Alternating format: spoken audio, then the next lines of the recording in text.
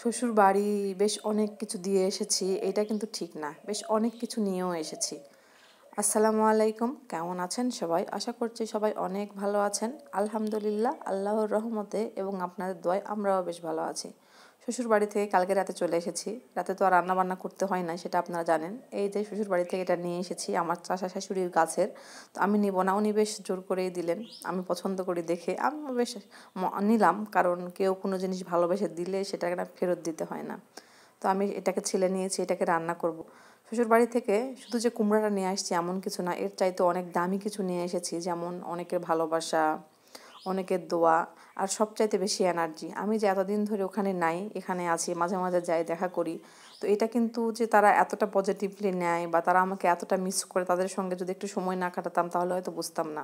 তারা আমাকে অনেক মিস করে, অনেকে তাও বকাঝকাও করে, আসলে বকাঝকা না, ঠিক আদর করে। বলে যে কেন চলে গেছো, এখানে চলে আসো, আমরা অনেক মিস করি, এখানে থাকলে তোমার হাতে অনেক অনেক কিছু মিস করি। এই জিনিসগুলো অনেক ভালো লাগে। তো এর ফাঁকেও একটা কথা, আয়াতবাবু কিন্তু ওখানে যাওয়ার আগে বেশ অসুস্থ ছিল, একটু সর্দি টর্দি লাগছিল আবহাওয়া চেঞ্জের কারণে।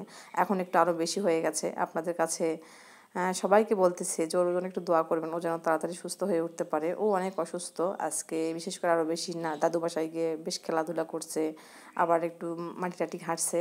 সর্দিটা একটু বেশি হয়ে গেছে, ও আর বাহিরে যায়, এমনিতে তো বাহিরে যায় না। তো বিছানায় শুয়ে শুয়ে খাচ্ছে আর টিভি দেখতেছিল। আপনাদের সঙ্গে শেয়ার করবো, আর ওর মুখ থেকেই শুনেন যে ও কেমন আছে এখন। যাই হোক, আমি এখানে কুমড়োটা কিন্তু মাখায় দিয়েছি, আর মাছগুলো আমার জাল করা ছিল, ওগুলোকে দিয়ে দিচ্ছি। আপনারা তো জানেন আমি গ্রামের মেয়ে, গ্রামের বউ, আর এভাবে মাছ খেতে আমি অনেক ভালোবাসি। তো এই জন্য আগের দিন মাছটা রান্না করে রেখেছিলাম, আজকে শুধু তরকারিতে দিয়ে দিলাম, বেশ সময়টা একটু বেঁচে যায় আর ভালো লাগে। এভাবে রান্না করলে খান মাছের মধ্যে বাবা, সব কিছু তাড়াতাড়ি ঢুকে খান। যায়। খাচ্ছেন? ভালো লাগছে মা? এখন শরীরটা একটু ভালো লাগছে বাবা? আচ্ছা, তাড়াতাড়ি খাই নেন, ওকে? নুডলস খাওয়া হয়ে গেলে আমি আপনাকে চা দেবো বেটা, ওকে? নুডলস খাওয়া হয়ে গেলে আপনাকে চা দিব, ঠিক আছে মা? আচ্ছা, তাড়াতাড়ি খান। হাত বাবু। আপনারা তো দেখলেন আমার মেয়েটা অনেক অসুস্থ, ওর মুখটা একদম শুকিয়ে আমসত্ত্ব হয়ে গেছে, ওর জন্য একটু দোয়া করবেন সবাই। আর ও শুয়ে শুয়ে টিভি দেখতেছে, দেখুক, আর আমি আমার কাজগুলো করে নিচ্ছি। আমি অন্য কিছু রান্না করতে চাইছিলাম, তো সাহেব বলছিল যে ও ফিস্ট খাবে হাঁস দিয়ে, তো বন্ধুরা মিলে, এই জন্য অনেক কিছু রান্না করব না, শুধু চচ্চড়ি আর ভাত কেমন লাগে এটা, তাই না? এই জন্য একটু বেগুন ভর্তা করতেছি। বেগুনটা কিন্তু এভাবে ভর্তা করলে বেশ মজা লাগে। এই রেসিপিটা আমি আমার শাশুড়ির কাছ থেকেই শিখেছি, উনি বেশ মজা করে ভর্তাটা করতেন। আমার শাশুড়ি না একটু মানে বেশি ভালো মানুষ বলতে গেলে, উনি আমাকে অনেক বেশি ভালোবাসে, আমাকে শুধু না আমাদের সবাইকেই মোটামুটি। সত্যি একজন যোগ্য শাশুড়ি মা, না বললেই নয়। আমি তো রান্নার কিছুই জানতাম না, উনি কখনো এটা নিয়ে খোঁটা টোটা দেন নাই, তো দূরের কথা, আবার শিখিয়েও দিয়েছেন। আবার এখন যখন আসেন তখন আমার রান্না খেয়ে বেশ প্রশংসাও করেন।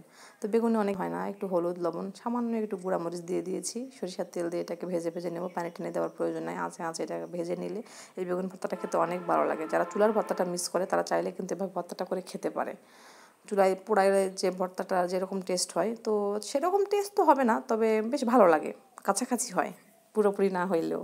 যাই হোক, এভাবে ভর্তাটা করতেছি।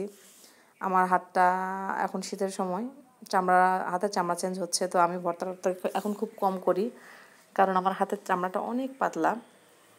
এই জন্য ঝাল ডাল মাখালে আমার হাত অনেক জ্বালা করে।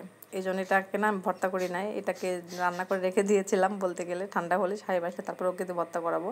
আর সাহেব চলে এসেছে, মেয়ে গোসল করতেছে, আর আমি ওকে বললাম যে ভর্তাটা একটু মাখান। একবার বলতেছিল যে ফিস্ট খাবে, একবার বলতেছে ফিস্ট খাবে না। তো আমি এখন সাহেব এসে আমাকে বলতেছে যে ফিস্ট খাওয়াটা মনে ক্যান্সেল হয়ে গেছে। আমার তো মাথায় হাত, আমি তো রাত্রির জন্য কিছু রান্না করি নাই, তো সমস্যা নাই, রান্না না হয় করে নেবো, আমার তো রান্না করতে ভালোই লাগে, এভাবে বলছিলাম। তো যে না, খাবার দাবার খাওয়ার পর আবার একটু যাবো, যদি হাঁসের বাজারে, এখন যদি হাঁস আসে, সকালবেলা গিয়ে দেখতেছে বাজারে বেশি হাঁস নাই, আর যেগুলো আসে সেগুলো খুব জালি, এই জন্য নাই। তো এরপরে বিকেলবেলা বাজারে যাবে, গিয়ে যদি হাঁস পায় তাহলে সে হাঁসটা নিয়ে আসবে। আর ভিডিওটা যদি ভালো লাগে তাহলে প্লিজ ভিডিওতে একটা লাইক কমেন্ট শেয়ার করে দেন। আর অবশ্যই দোয়া করবেন যেন হাঁসটা পায়, তাহলে রাতে আর আমাকে রান্না করতে হবে না, কারণ হাঁস দিয়ে ফিস্ট খেলে সে আমাদেরও একটা নাম দিয়ে দেয়, আর সেখান থেকে মাংসটা আসলে আমরাও খাবো বেশ মজা করে, একটা সন্ধ্যা একটু ফ্রি পাবো এই আর কি।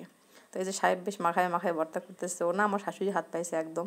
আমার শাশুড়ি অনেক সুন্দর করে ভর্তা মাখাতে পারে, বেশ ভালো লাগে, আমারও ভালো লাগে, আমার অতটা হয় কিনা আমি জানি না, তবে ওনাদের হাতের ভর্তাগুলো আমার বেশি ভালো। তো যাই হোক, আজকে ভিডিওটা এখানেই শেষ করতেছি। সবাই ভালো থাকবেন, সুস্থ থাকবেন, সবার সুস্বাস্থ্য কামনা করে আজকের মতো এখানে আমি বিদায় নিচ্ছি। আল্লাহ হাফেজ, আসসালামু আলাইকুম।